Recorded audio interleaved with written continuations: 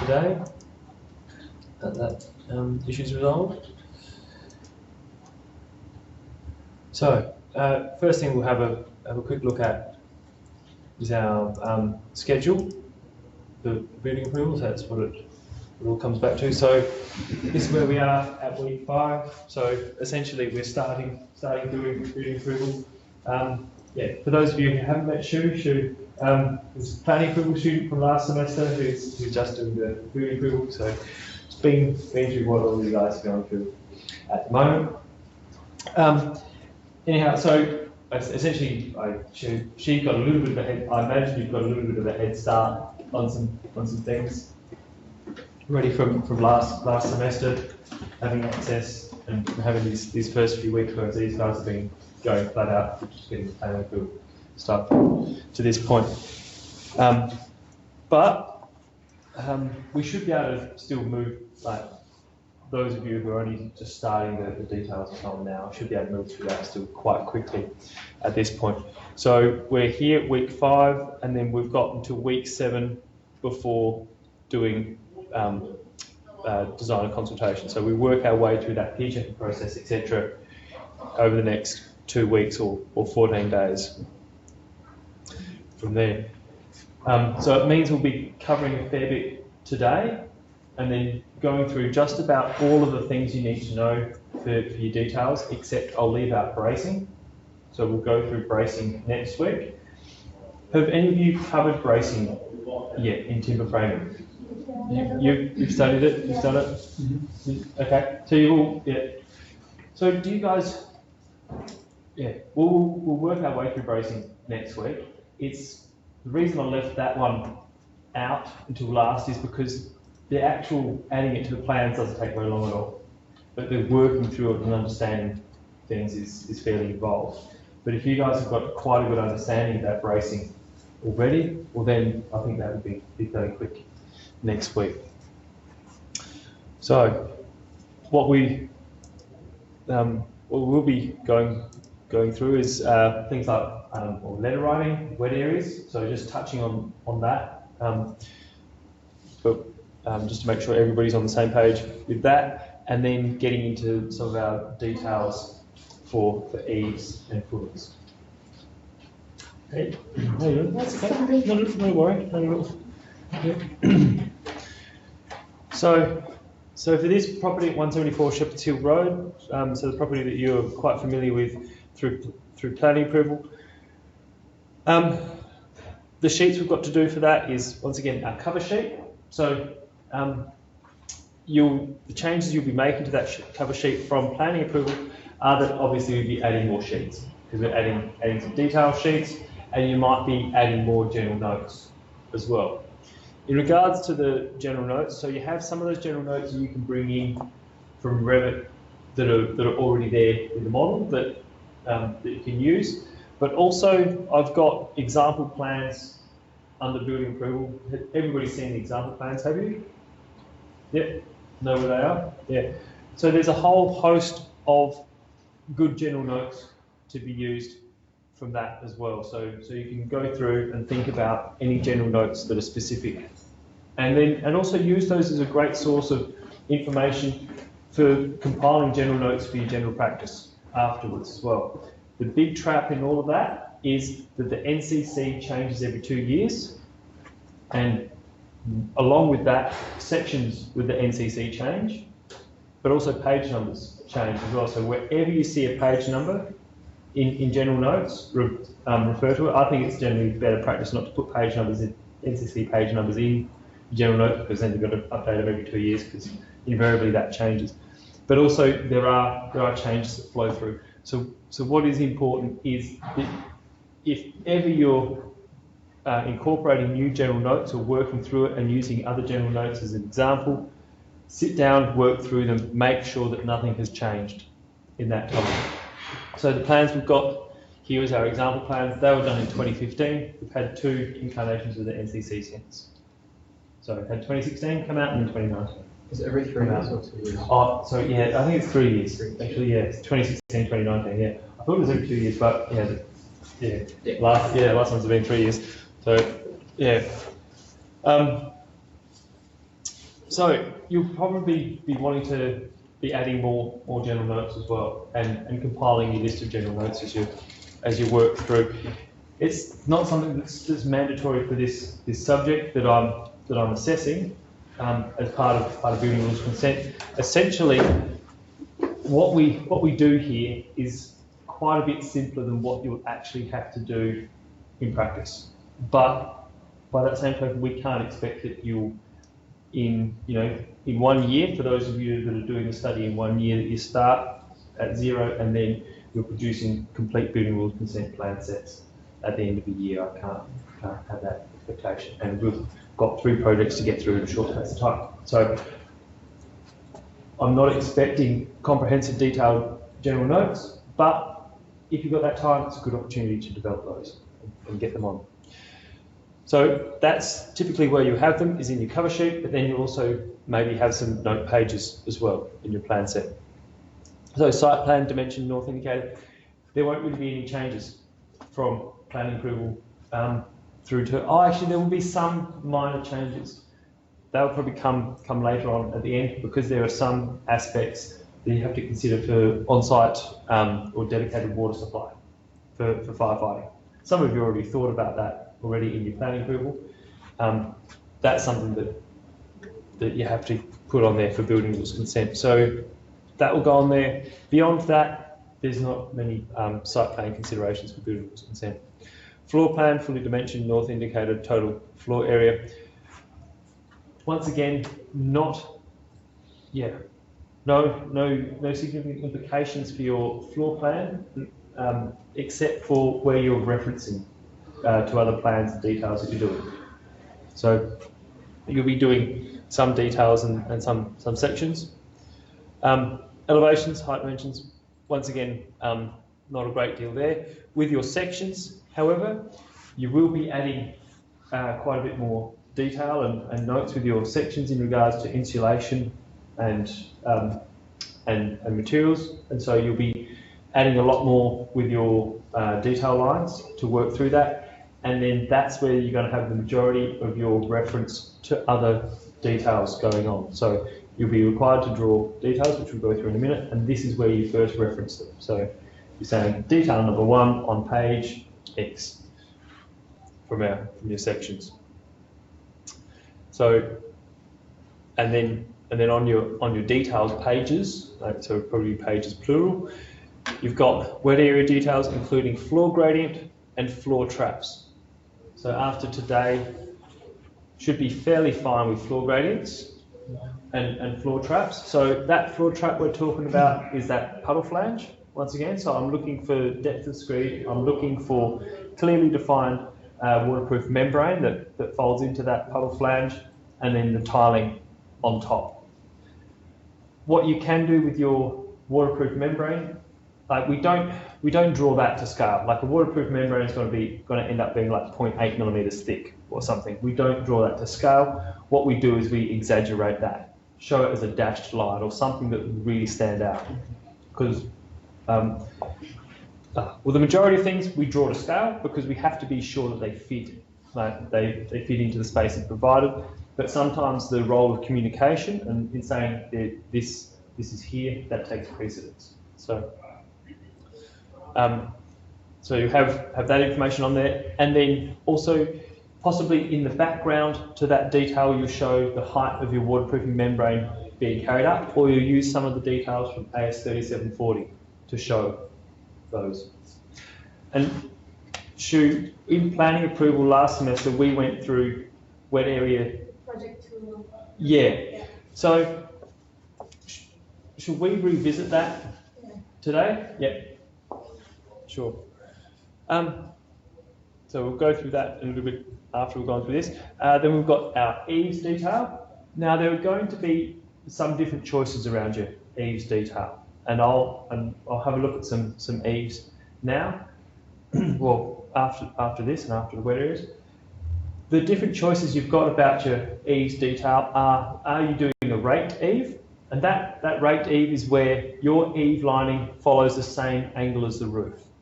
So you've got your roof sheeting coming down and your rafters carrying out over your wall framing, and then you can line your eave to follow that rate, or you can do a flat eave, and you can have an eaves trimmer in there to carry the eave. This roof is a trussed roof, so with trusses, we don't need to be tying our rafters back into our wall framing. With a conventionally pitched roof, we have rafters coming across and landing on top of our wall frames, and then to help support those rafters as they cantilever out, we fix in a piece of timber called an eaves trimmer that also helps triangulate that eave and provides strength to the rafter being carried out. With a trussed roof, we don't need to do that because that truss is designed to work, as its own unit, and you don't want to mess with that. So we've got those choices as to whether we're doing a raked eave or a boxed eave, and we've got the details in there for you to have a look at those. The eaves detail is probably one area where you'll be adding a great deal of information, because you'll be adding things such as insulation, you'll be adding wall cladding, so you're going to be referring to the James Hardy installation guidelines for how you deal with installing prime line at that eaves junction, and you'll be adding your eaves lining and battening, etc., and your fascia, gutter, sarking, etc. I'll go through those aspects a little bit later, and then veranda connections. So once again, several different approaches to your veranda connection as well. I strongly advise one over the other, which is to have a pitching plate on the front face of your house, and then you pitch your veranda off of that pitching plate, and you set your pitching plate, or you start with a 180 and you cut it down to 170 or so to fit within the weatherboard sheeting that's there, and then you pitch off of that. It's a very simple, easy detail. So we'll have a look at that as well. Then you'll do your bracing plan. As I mentioned before, the bracing plan, the actual drawing up of that doesn't take very long at all. That's a very, very quick and simple process, but working through the bracing calculations is a bit more involved. In terms of that bracing, what we're expected within the certificate for is that you don't go calculating your own bracing. But I don't mind having that discussion with you about that process of doing that. So for working through that specification. Yeah. But what I guess, essentially, and that's part of the distinction between diploma and certificate 4 is that you have certain levels that you're expected. Now, all of you guys are really quite smart, and I've got a lot of confidence in you, designing bracing. Not that I suggest you go out and specify bracing on houses, straight up. I don't make that suggestion at all. But for each of those levels, you're meant to meet a certain level, and that certain level for the certificate 4 is that you're meant to be able to receive bracing information and put that on a set of plans, right? Which you'll get your bracing information, you'll get that given to you, but I don't mind having that discussion about that bracing with you, because it's all set out in AS 1684. You can follow that recipe, and as long as you look for the little traps in there, because there are a couple of little things to look out for, but as long as you go through it thoroughly, you can design that bracing, and that means you don't have to rely on an engineer for doing that component, which means the only stuff you've got to have engineered is your slab, which you're going to have engineered anyhow. And on that, with the footing detail, how, if it's already an engineered separate thing, what sort of details are we putting in for that? Show you. Yeah. And that's actually why I was a couple of minutes late, so I was adding a couple bits and bobs just with that footing detail just now. But also what I might do is get some more extracts from an engineering report into here for you as well. It's not relevant to your project, but kind of good details for you to understand. So I'll get a couple more details in there as well, just in case you wanted to take it that bit further and understand that a little bit more. So actually, where does it say the footings? Oh, footing, there we go. Yeah, so eaves, yeah, footing detail. So what you're doing is you're just detailing up your edge beam. That's all. Now there are a lot more details in regards to footings, such as set downs and how we deal with steps and footings, things like that. But all we expect of you at this point is that edge beam detail, which is relatively simple if you follow what we'll go through today. In like the real world, the footing plans that come from the engineer, they don't have details in it, and they do. The good ones do. Okay. Yeah. So yeah. So it's just a matter of, because I thought that it might be like if an external consultant has done this section and then you're going making details about it in your own plans, it's a bit like, I don't know. I just thought it could be a bit of an issue. Yeah, certainly. No, and rightly so. Typically, what you will do is you'll just attach that footing, that engineer's report. Yeah. That's it. So actually, I can. Oh, what I might, if I've got it here. A lot of it you can just hack straight out of the NCC. Yes, you can. I'd take it that little bit further than that personally.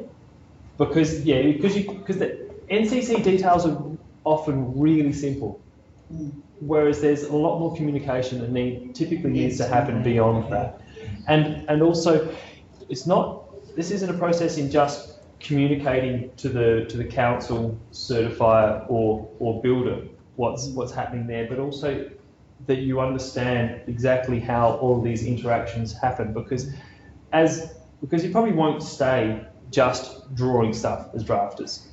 You'll probably progress beyond that CAD work, and you'll end up doing inspections and progressing on from there. I think if you're gaining that understanding of all these interactions of steel work within footings, it's a really handy thing. So it's part of that process. It's not just about being able to understand something that's given to you for you to draw it up. You will have to do that, but it's also important to understand that for future work and future progression.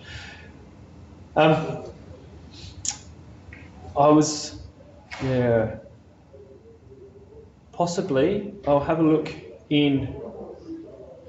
Where have I got? I've got my own folder in here somewhere, personal. There we go. I might have. Yeah. Okay. I wonder if that's. No, I just got. Oh, the building was plan set. Oh, and then got redacted slab engineers stuff. So for that plan set, I produced that footings plan from the engineer's information. So the engineer provides that information, but then I produce a simplified, straightforward plan to give to the concretes, so they can see what's going on. Essentially, the private certifier doesn't need that because all the information is in the engineer's details, but there are some things you do have to provide. Yeah, well, so I did footings details within the plan set as well. So, but yeah, I didn't go into doing the steel work the same as what you have to do for this one there, and.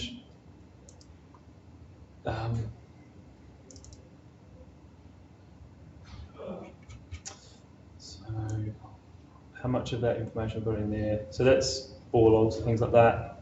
Yeah, so typically within your engineering report, and this is not the entire engineering report, but typically within that you've got a whole heap of standard details which are included in here to convey certain bits of information. So one of those things is in regards to trenching adjacent footings. You're not allowed to, or typically you don't trench past the base of your footings anyhow, but if you do, then it's not within this plane of 27 degrees from the edge of that footing. So if you've got to trench deeper than your footings, then you trench further away. So you're not exceeding that. Other standard details, so that's for significant steps in floor height. that's a common one. So that's for your wet area details, for your 50mm set down for your wet areas. So what we're doing with that set down is when we're doing the excavation, you cut away your soil as well. You cut that one 50mm deeper, and then you're also doing your slab 50mm lower there. So you're keeping your slab height, but then you lap your slab mesh. So it's ensuring you have adequate lap with that slab mesh. Yeah. Just some details in regards to brickwork. Details in regards to so plan details. What should actually be happening with our steel work, and with our steel at the corners, we've got to bring that steel all the way to the end so it laps like this, or laps like that in the corner. You don't want them sticking out at all. You want them to meet exactly, because typically your trenches are excavated to what they need to be, and then corner bar in there, etc. So you've typically got all of these details included within your engineering report if you get a nice, decent, comprehensive engineering report. But it's not always that you'll just be doing a plan set plus engineering report and send that off to private certified. A lot of my work was drawing up details all the time. So yeah, so engineers would be drawing stuff and hand drawing stuff and giving it to me, and then I'm drawing up those plans. You might end up working in that field where you're drawing engineering details, specific ones for specific jobs.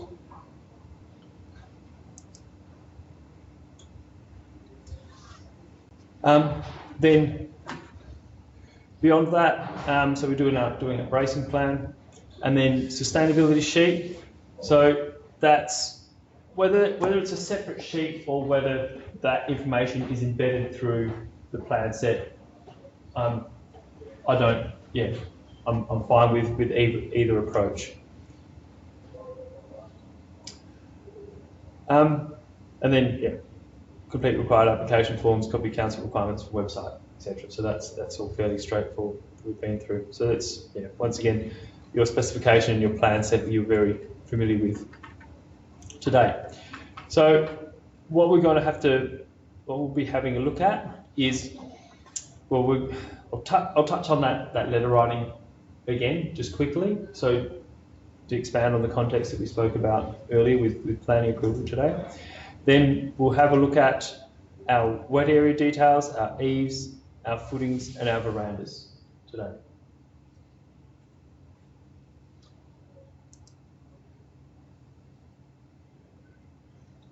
So for that, for this project, you've got your task 1, general investigation and compilation of information. That should be fairly straightforward to everybody. I don't think there's anything new. Oh, the only new thing in it for you guys is, I'm not sure if project 1 covers the specification of temporary power. We'll just have a quick look at it, actually. So there's, I know number 2 and 3 do. So we're just assuming that, or we're just sending building approval through council, not a private certifier, in the idea. Yes, yeah. So it goes through council, because that's like, yeah. So writing it in that context that we're submitting it through council, but yeah, it's the same, pretty much the same sort of process, whether it's private certifier or council. But private certifier gets back to you sooner than probably going to. So the things which are saying, we can just copy paste from the planning task 1 to this one? Certainly, yeah. Hang on. So like this building approval application form and power line notification form, they're same? Exactly. Yeah. All exactly the same. Yeah. That reminds me. So I haven't emailed that application form to you yet. Project 2 for those. So Shu, you've got the application form for project 2 from last semester, but I've got to email you the PDF for project 2. That'd be helpful. Yeah. Planning approval? Planning approval. Yeah. So power notification form, establish any further supporting information to soil reports.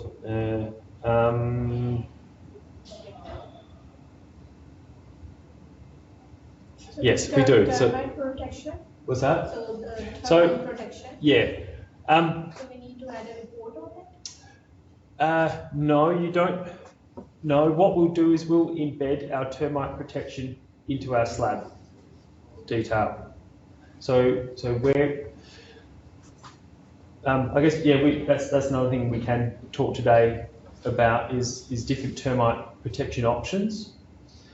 But simply put really simply with termite protection, there are two approaches you can take. The NCC says that if your primary building elements are not a source for food for termites, then you don't need to do termite protection. And so your primary building elements are your structural frame, and well, it's all your structural framing. I'm pretty sure your architrave and skirtings and all that, and those ancillary timber mouldings are not primary building elements.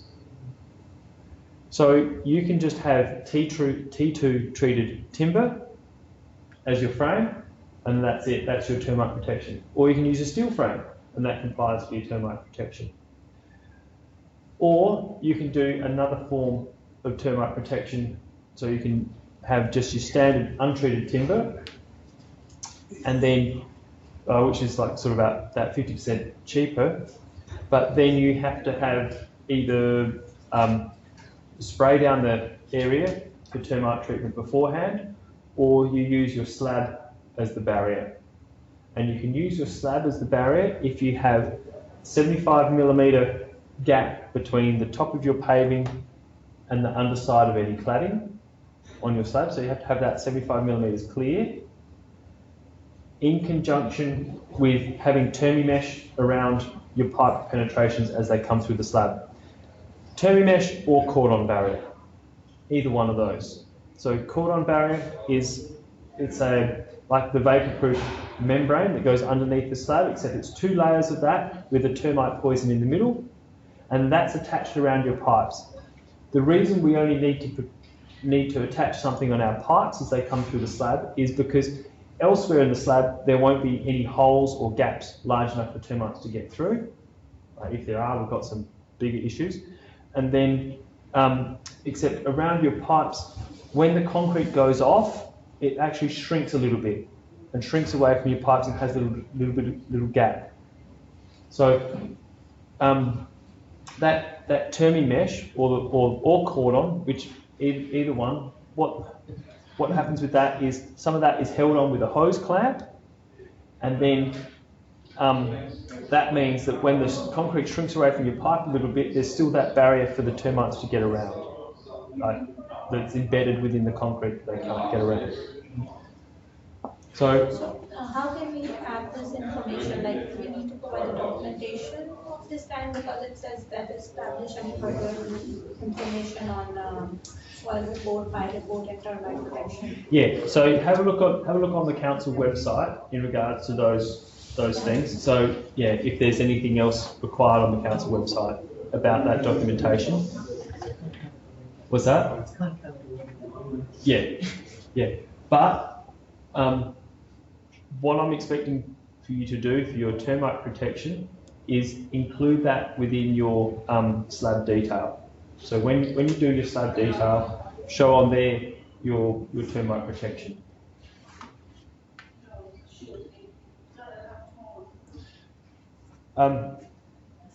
And yeah, I think, yeah, look, I encourage you, look, do some exploration if you wish. So one of the requirements that you will have to do for later on in building approval for the storing of information is you have to show in your filing system where you've filed away information regarding termite protection. So do a bit of research here. I strongly suggest, not that I'm advocating for products or anything, but just to keep things simple for this project is specified termi-mesh or cordon barrier, one of those barriers that goes around your pipe penetrations, and then just because that's really easy to show in your details, and then have a 75mm upstand of your slab. Which I've already done, the original. Yeah. Because that was 100 mils. Yeah. That's more than you need. Yeah. But not. And you have paving. Yeah. Yeah. Yeah. So yeah, I suggest you do that, and then possibly whether it's TurboMesh or Cordon, go onto the website and download the information, and just put that in your folder. For that.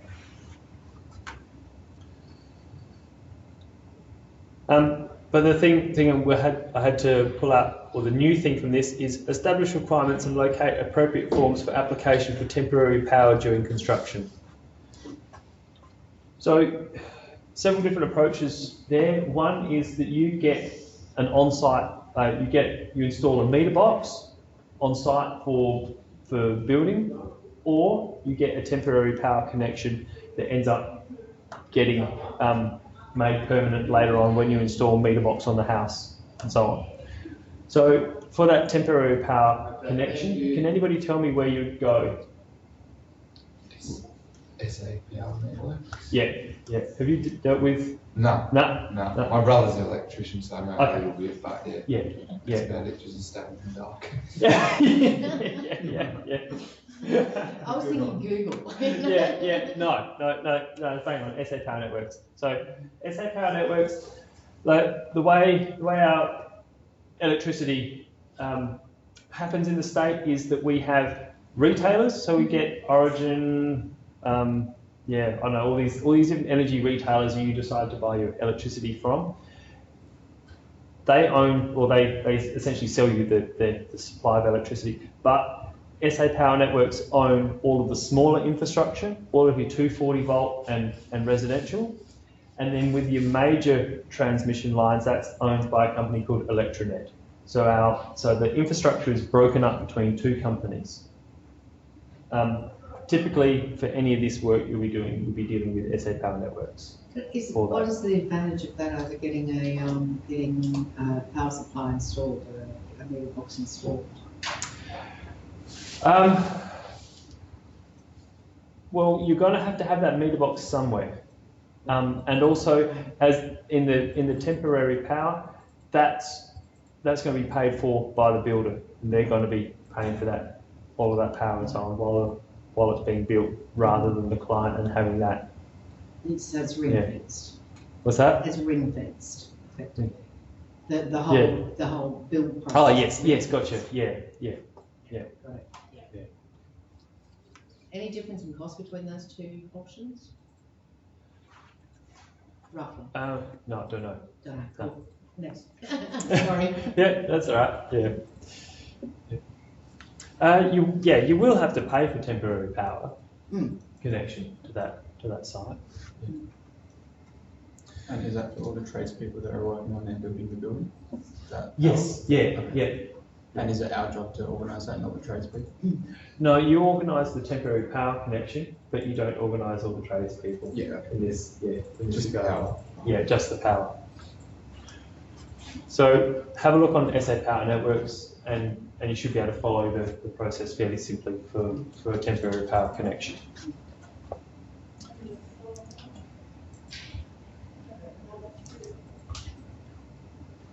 So what we'll have a look at now, in a good discussion now, is the details. So we'll go into Project 1 building. There we are.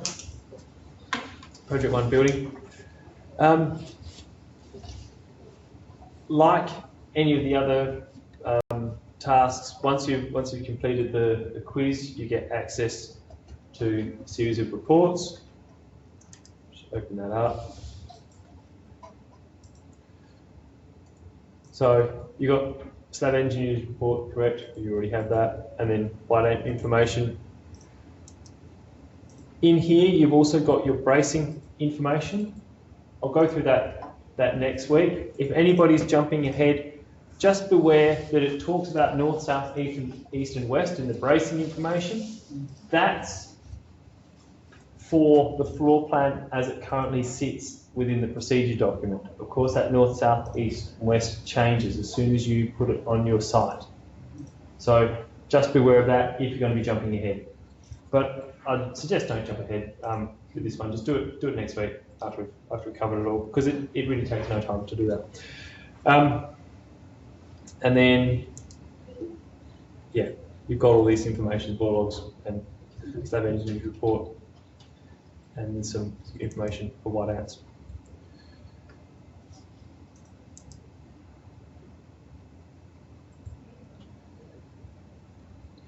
So, yeah, various different processes for dealing with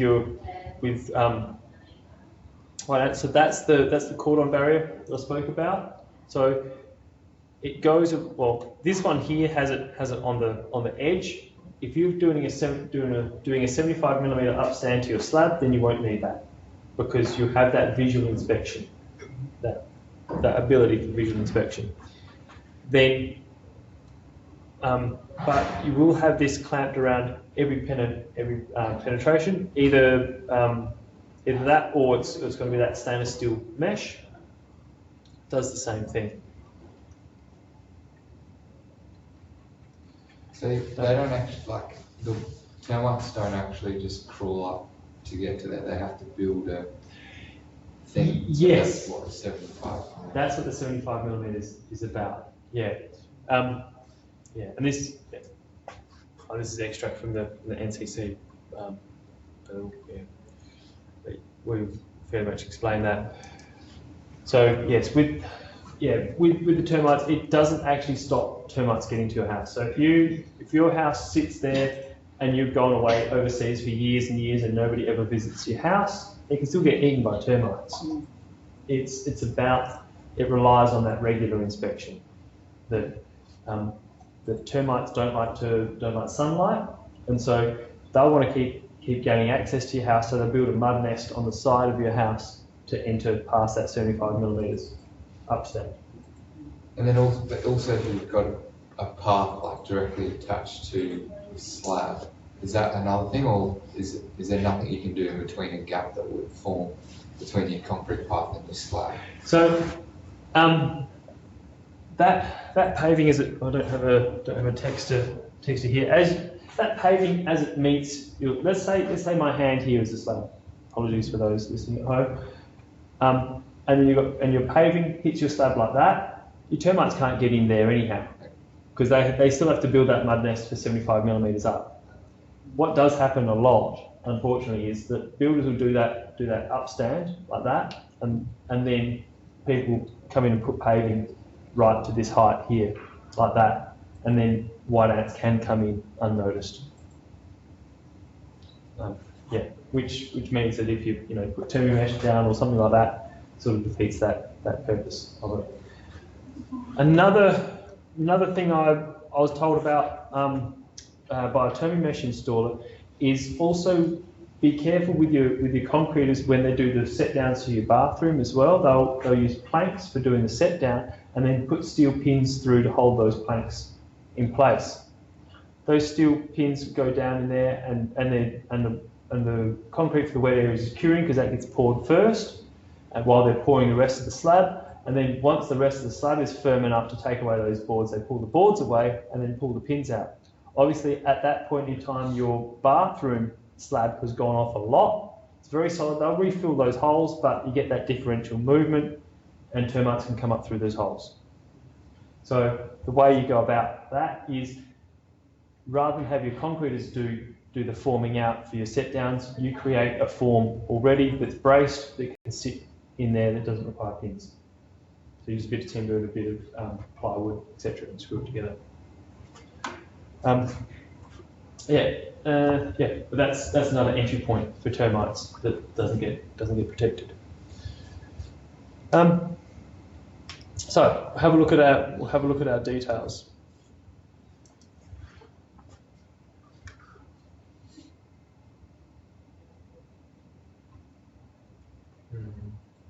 Just take a little while to refresh, I think. There we go.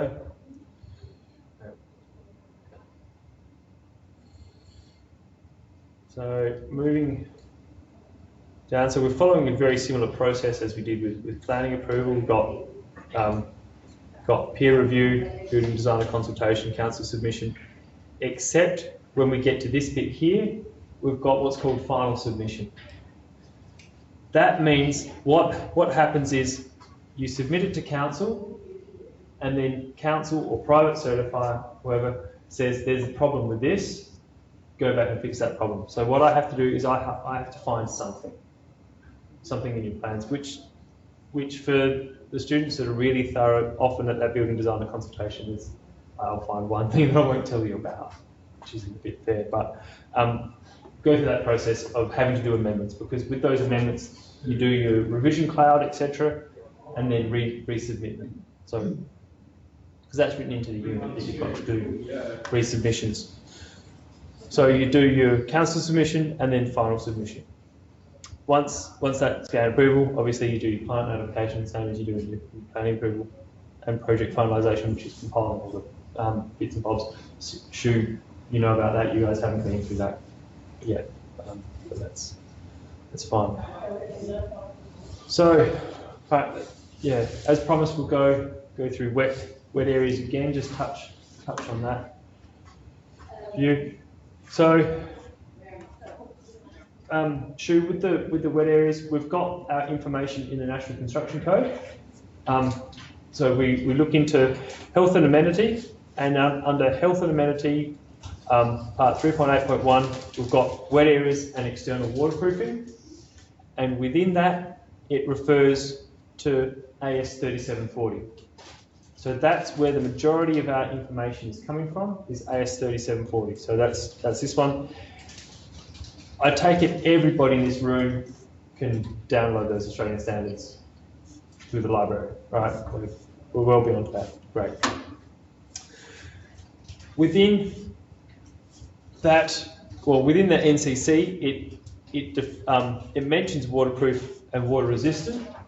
But to understand what materials are going to be waterproof and what materials are going to be water resistant, we have to look at that AS 3740, and we get those details about areas that require waterproofing and water resistance, and that you'll find from Project 2, right? Yeah, all good.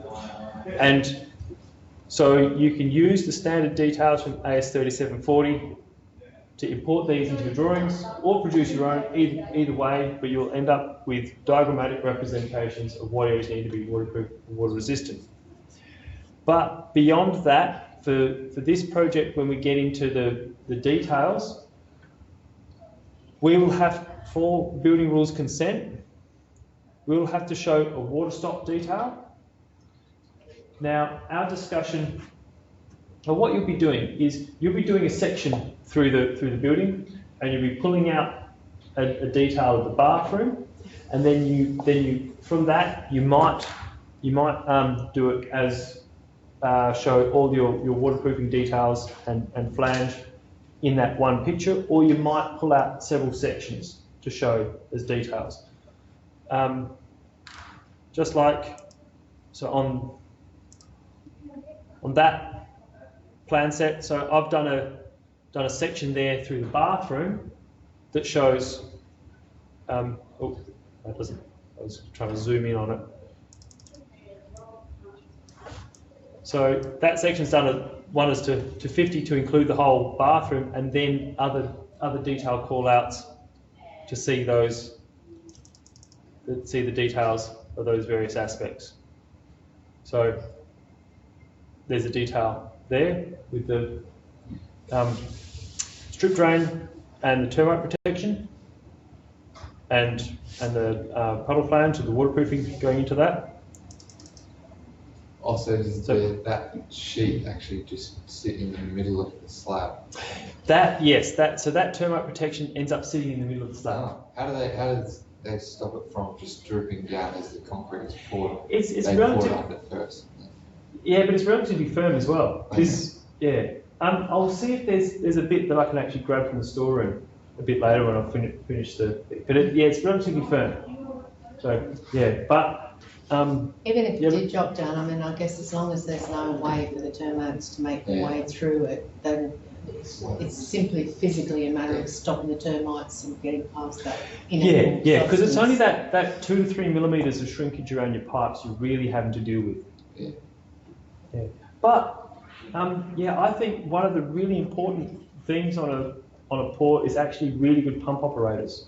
So the people who are actually pouring out the concrete, I think they're really important in the process, because you get plastic folding around and all that sort of stuff. And I don't know if you followed the building debacle with is it Apollo?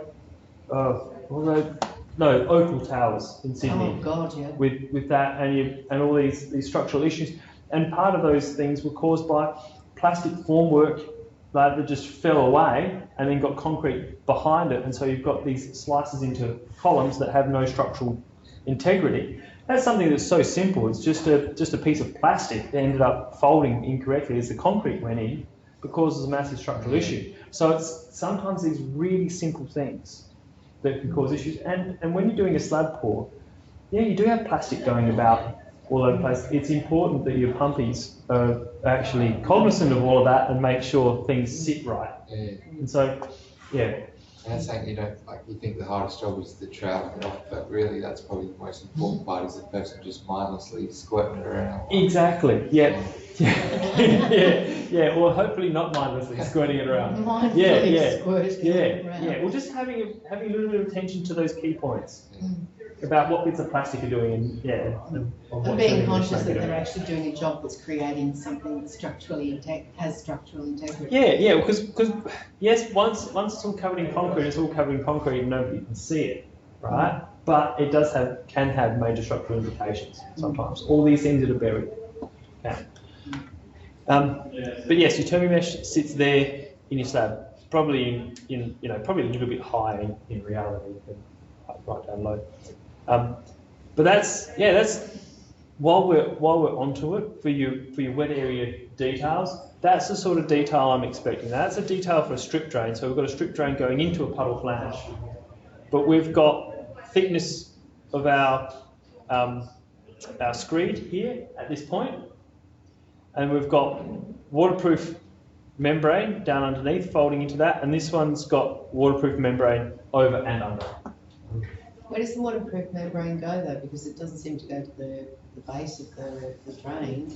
No, so that waterproof membrane folds into the puddle flange, so it's painted into the puddle flange. But then that's all it has to do is go past the edge. Right. Because this puddle flange is one it's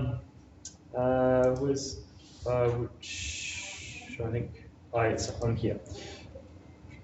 That puddle flange is one plastic unit of this, so that's impervious to water. So that's waterproof in and of itself. So you have to paint the top and carry that painting down into the sides a little bit.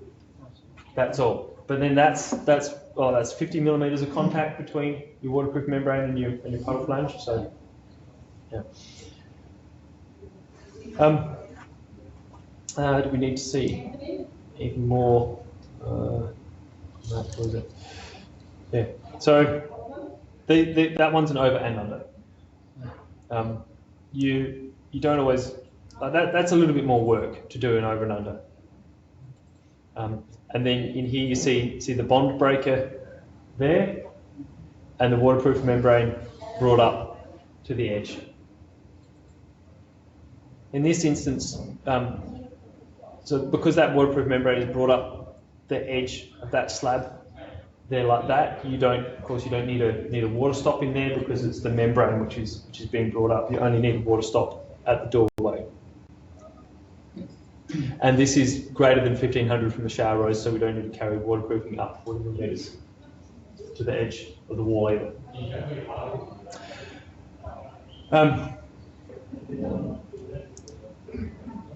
So yeah, continue covering. So what you'll be doing a detail of, you'll be doing a detail of that puddle flange and the waterproofing going down into the puddle flange, and your puddle flange sitting in your floor.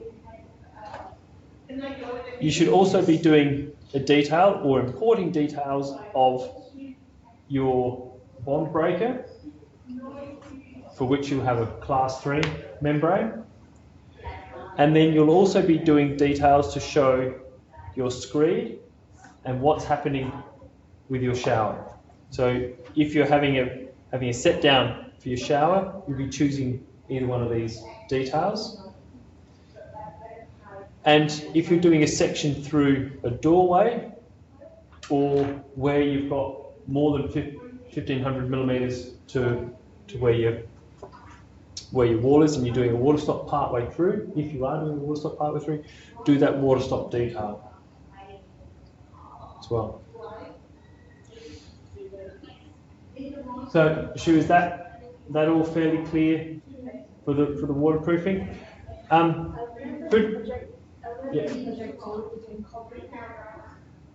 Drawings from AS3740. Yes, yes, you can still do that from AS3740.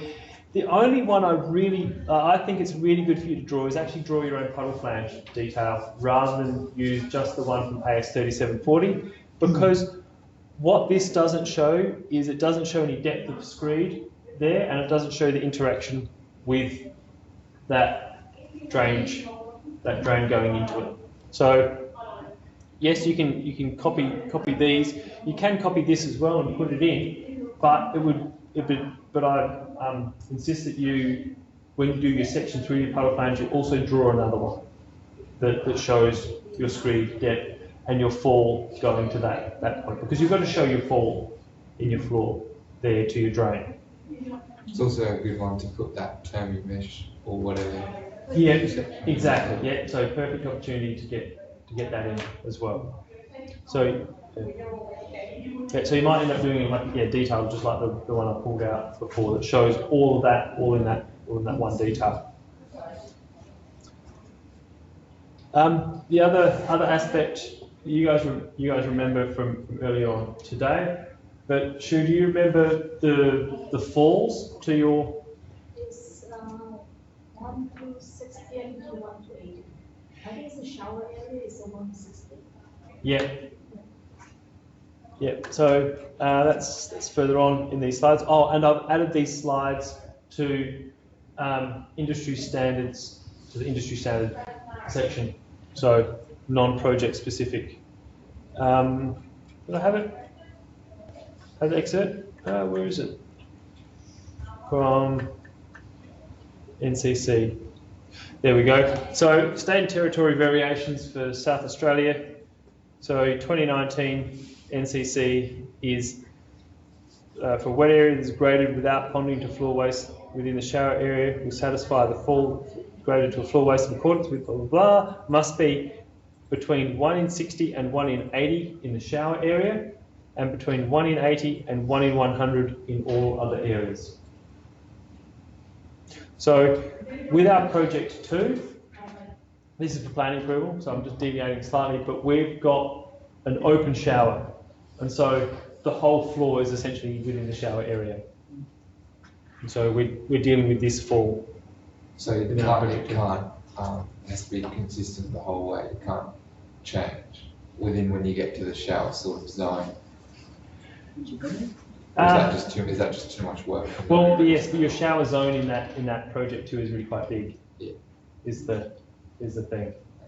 So, but yes, you can. It can most definitely change. Like in any normal situation where we've got just a single shower rose, 1500. From that, yes, you can decide that, okay, we're between 1 in 60 and 1 in 80 for that 1500, yeah. And then beyond that, yeah, we go to 1 in 100.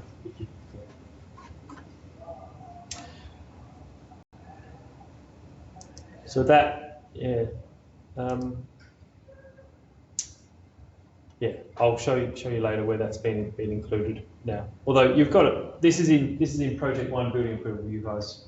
It's also in here.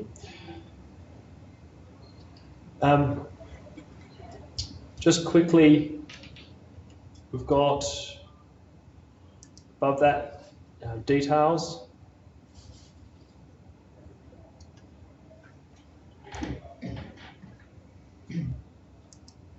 So all of these details you've seen already anyhow, but there are some example details in there. So that's your class 3 membrane bond breaker.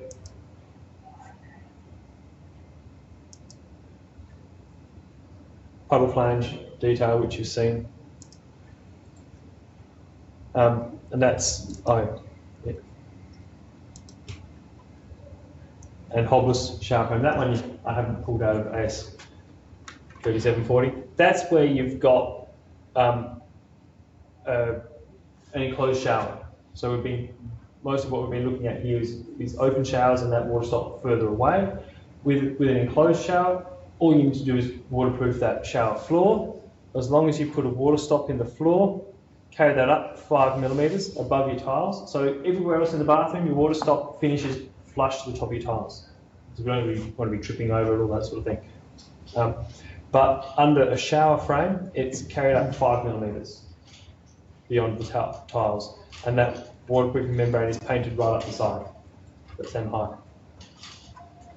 When getting the water stop, you've got to size it obviously to be exact, but would it be better if you made a mistake to measure it so it's a bit higher so that later on they could trim it up, front down, something like that? Yeah. Okay. You'd rather be higher than just a bit lower, wouldn't you? Yeah, because we can trim it down and can't add. Yeah. Okay. Add to it. Yeah, and there's probably a bit of room to move as well within your shower frame. Mm-hmm. What about doors? I mean, that's hobless, and so there's going to be a door opening, and at that point, that's where you're going to get water ingress. Yeah, Yeah. At that point, you bring your water stop to the flush with the tiles. Flush with the On the tiles skin. and take it out to the 1500 circular from the. I mean, in theory. Yeah. In theory. No, I think it's just straight across the doorway, but that's a good point. That's something that AS 3740 doesn't deal with. Because to me that's your classic point of water ingress is the fact that you walk out of your shower and you're still wet, and you're walking on tiles that've got absolutely no real protection underneath them. So Yeah. I mean in theory I would be saying take it out to sort of like whatever that 1500 perimeter is, Yeah. and take it out 5 tiles, whatever it takes. Yeah, look, possibly look, to be conservative, typically you're going to be waterproofing large areas of your floor anyhow, and you don't worry about just being stingy with the waterproofing membrane, and that's typically what Because happens. I'm also wondering here, you've got this 5 mil thing and right underneath, but how much additional labour have you just added to your work by getting the 5 mils here and this whatever? Why not just take it out and then take it up and flush it? Just very standard job. So that's 5 mil minimum, Yeah. and so all you have to do is make sure it fits under your shower screen. Yeah. And I guess the reason they make that 5 millimeters minimum is because you might get a shower that's draining poorly and you get water lapping and things like that. Yes, at that shower door, that's obviously a chink in the armour for this standard. I guess typically you're not dealing with the same volumes of water out your door. Yes, you get water on your floor as you come out the shower door, but if your shower door is staying closed while you're showering, it should be. I suppose it depends too who you're working for. Yes. If you're working for a big company that just wants to cut all its corners, you're going to be doing whatever you do to cut its corners. But if you're working for an individual who wants a really good quality finish that's going to last, then you might say, well, look, I'm going to do it another way. Yeah, and that's the other thing is when you're working with non-standard designs, it's really important to understand all the aspects of AS 3740. Well, not understand them off the top of your head, but to be able to go through and read them and interpret what you need to do to work out exactly how you're going to meet all these details. Right, so the very standard thing for bathroom is to have a row of 150 millimeter tiles all the way around the outside. Yeah. Because wherever you paint waterproofing membrane, you've got to bring that up to 40 millimeters high within the shower area or within that 1500. Right? You've got to bring that waterproofing membrane 40 millimeters up or 25 millimeters above retained water level. Anyhow, that if you paint over that waterproof membrane, it's this bubbly kind of thing on the bottom of the wall. So you stick tiles over the top of it, and that's why you see this band of tiles. But you might have a client that goes, well, look, I want this really neat schmick bathroom that doesn't have a band of tiles. And you might say, well, what you can actually do is ensure that your open shower is in a location that's more than 1,500 millimetres from any wall, and then carry your waterproofing membrane just to the height of the tiles. Or use copper. Yeah, what's that? Or use copper. Or use copper, yeah. And so that's where you can start adding, well, I guess essentially adding value or meeting your client's requirements through understanding these nuances. Most of the time you're not going to use them, and all these little details, what I mentioned, you can get away with doing this, you can get away with doing that, and you think, why would you want to, right? The reason for that is because sometimes you do want to meet a certain. So could you put the water stop around the entire perimeter of the bathroom to avoid having to do that tile, like a row of tiles? Or you just have to do the membrane to the corner? You just have, if it's within 1,500 millimetres of that shower rose, you've got to turn the membrane up. But, yeah. So if you outside of that 1,500, there's no difference between just painting the membrane to the top of the tile. If this is for when they don't want the tile, then using a water stop there. Yeah, okay. Yeah. But at doorways, and I'm not sure why it is, but if we've got a doorway within that 1,500 millimetres, or where we're bringing our waterproofing membrane up to, then we do a water stop at the doorway. So where we have that transition from bathroom to elsewhere. So you do a water stop right at that doorway. Although I guess that makes construction sense anyhow. You're not going to bring a screed to that, to that edge. You want that water stop just to help form your screed right at that corner. So.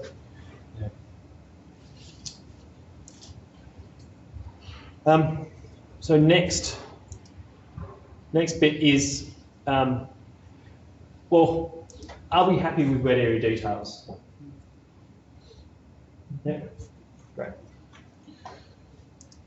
Our next bit is to be having a look at eaves details. In fact, let's have a look at them straight here. So which eaves detail I've got? So I've got prime line detail for eaves. So what I've put in product specification, or sorry, the product information section for project 1 is the Hardy's prime line installation guide. So you can have a look at that Hardy's prime line installation guide and pick out whatever details you want from that. But we've got, so this is directly from that. So we have this detail here showing that we've got the timber storm mould there to help stand this one out, and then we have a little quarter round that helps support our sheeting on the edge. So we've got our eaves lining, and then this detail helps support our eaves lining right at the wall there, and then we've got our prime line sheeting along there. So you probably want to, what I suggest is with this eaves detail, you'll be drawing this whole eaves detail yourself. I'd suggest probably use your section as a guide, but basically you're just going to be drawing it all with detail lines. This eaves, so you'll use that as a guide for getting some slopes and things, and get rid of it because there's not a great deal of relevance in that. So you'll be taking note of this, but you'll be pulling all these details together.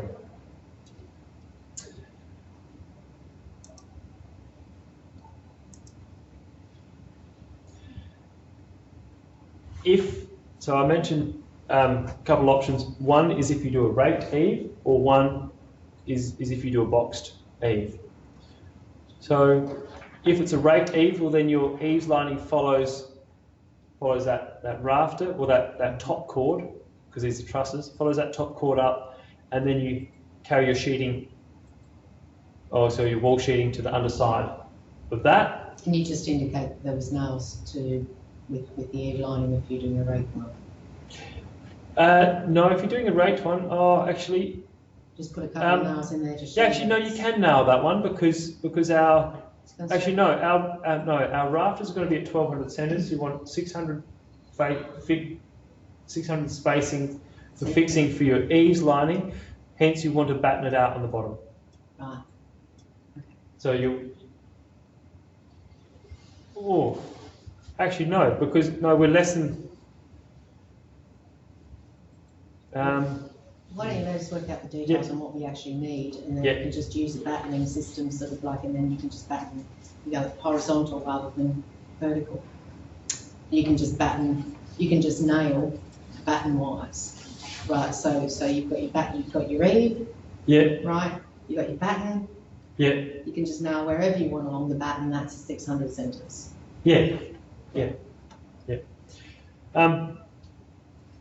So so you want to do some battens on the underside of this top chord, and then have your eaves lining on that, or you go with this eaves detail, whereby we're supporting our soffit lining from that from that hard eaves detail with the timber storm mould and the quarter round, and then a fixing batten here.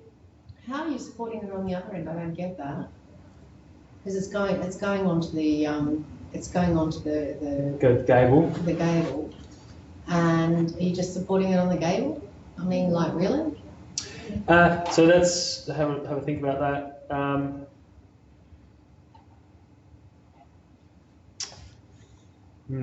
Not sure exactly what our detail would be when you meet the gable there with that roof. I'm sorry, but I don't think the gable up to it. Well, the gable can be designed to be up to it. That's not an issue. In terms of the strength, but I'm thinking of the elevations of it, the way it's detailed. It's really detailed for being a raked eave. Right. If we have a look at those elevations, if you get them.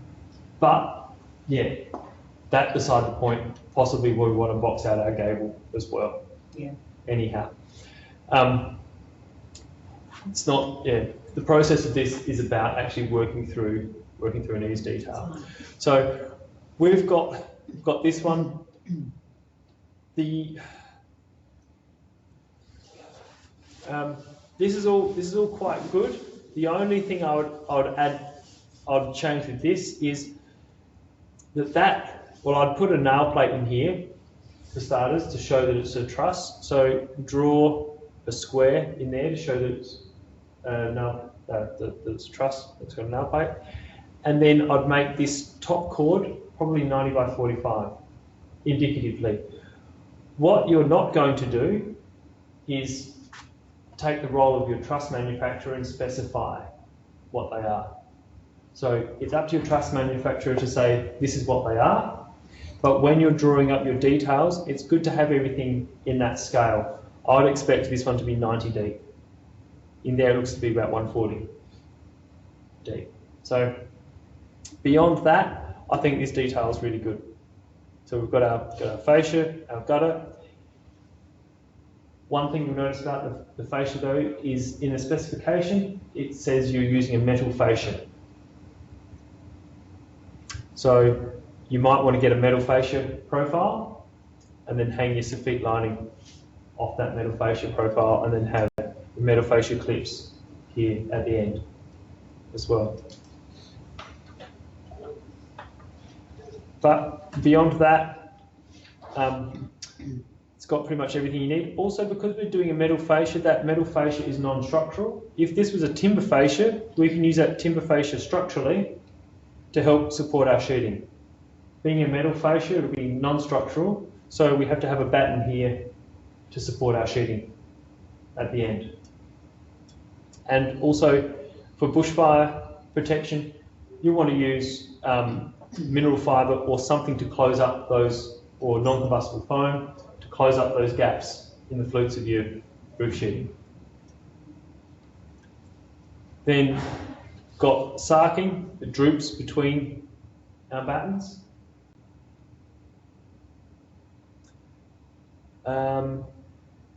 This detail shows battening out for the ceiling.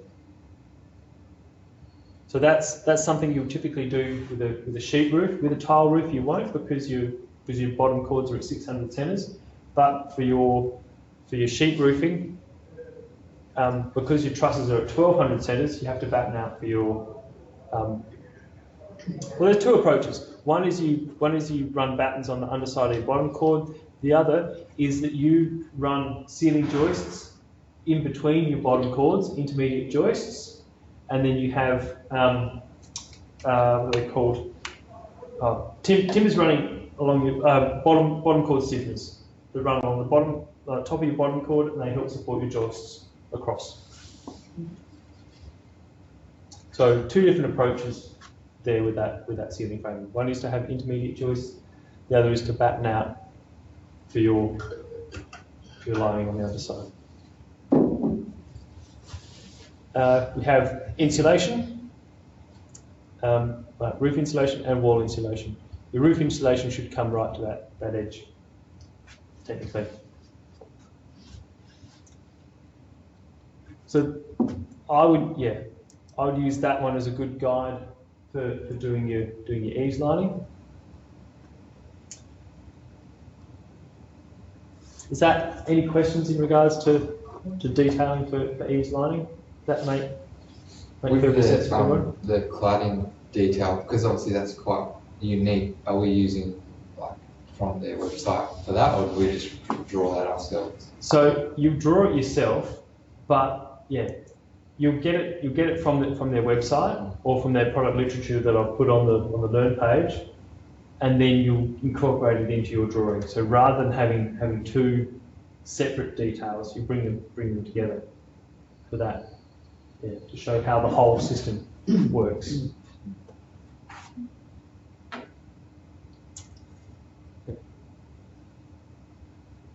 But any questions in regards to the eaves? Yeah. Okay.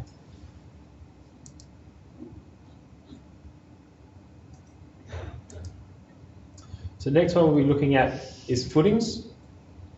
Actually, there's that one, and then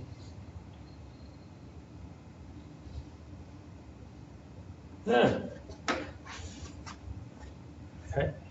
Primeline detail footings? No, that's not quite the one I was after. I added another one just before, but maybe it didn't refresh because I still had this open from the planning approval class. So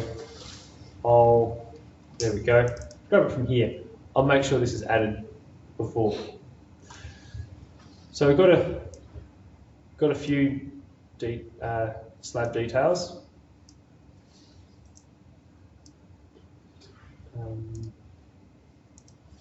That one and that one. So,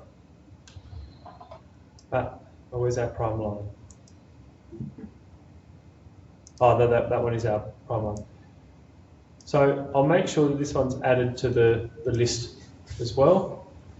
That I think is a fairly comprehensive detail for what you're going to be needing, except it doesn't include any of the prime line information. So what we've got is we've got our bars. Try to expand that out, make it a bit larger.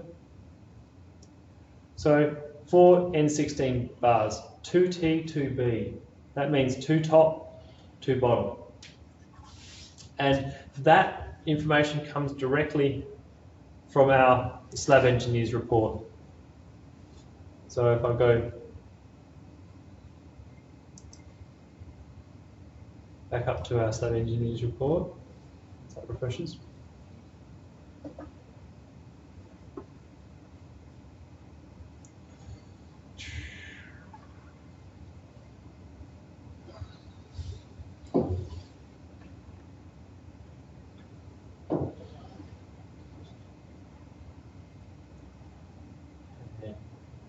Reports.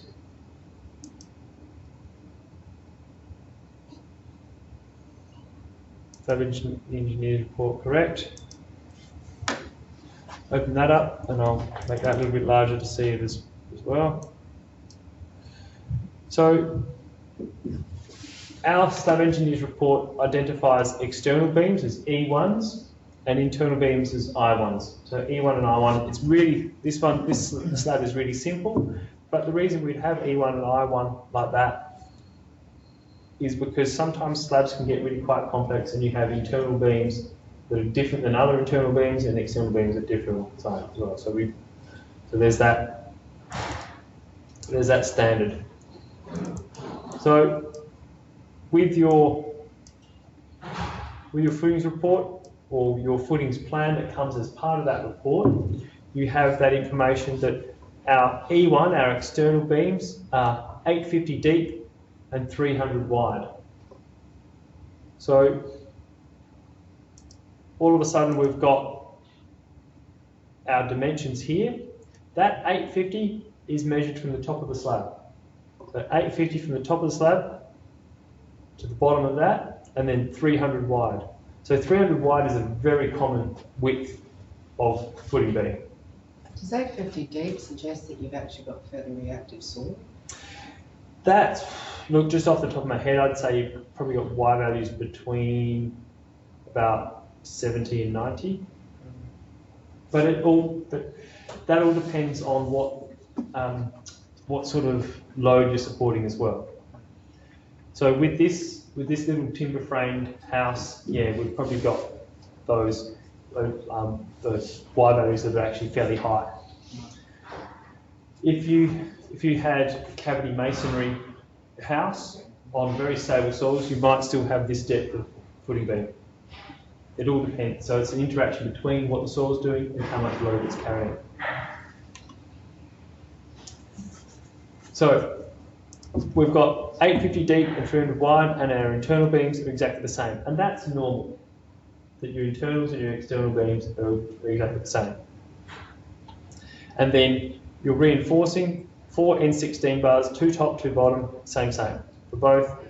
And then those bars are held together in cages with ligatures. So that W, that stands for wire. So 8mm wire. Now it actually ends up being kind of thick bar. If you think about an 8mm bar, it's not something that's, you use as fencing wire or so. It's actually quite rigid, solid stuff. Still referred to as, whenever it's used for ligatures, you got wire. But sometimes you can have like 10mm ligatures. And they're at 900 centres. So every 900 millimetres maximum, you've got an 8mm ligature. That ligature is this bit here. So one way now, those ligatures will typically come as an entire ligature with a little piece that curves up here and a little piece that goes across the bottom there. And then that gets tied together. Well, all of these bars get all tied to the ligatures. For where you don't have plumbing in big cages that are dropped in, where you've got plumbing, you do it in a 2-part process within the trench and then drop them.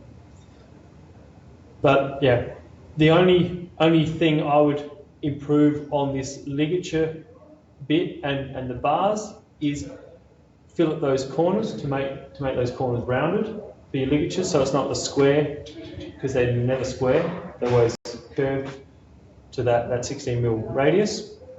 And then I'd also show that extra bit of bar, extra bit of ligature sitting across there and the extra one coming up as well.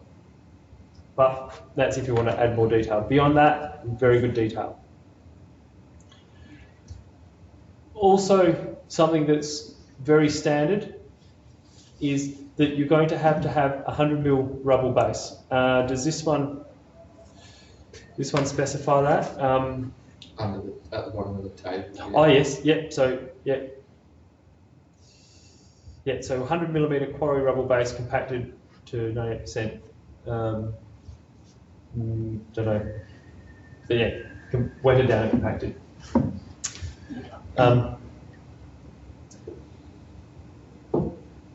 And what else have we got? Also,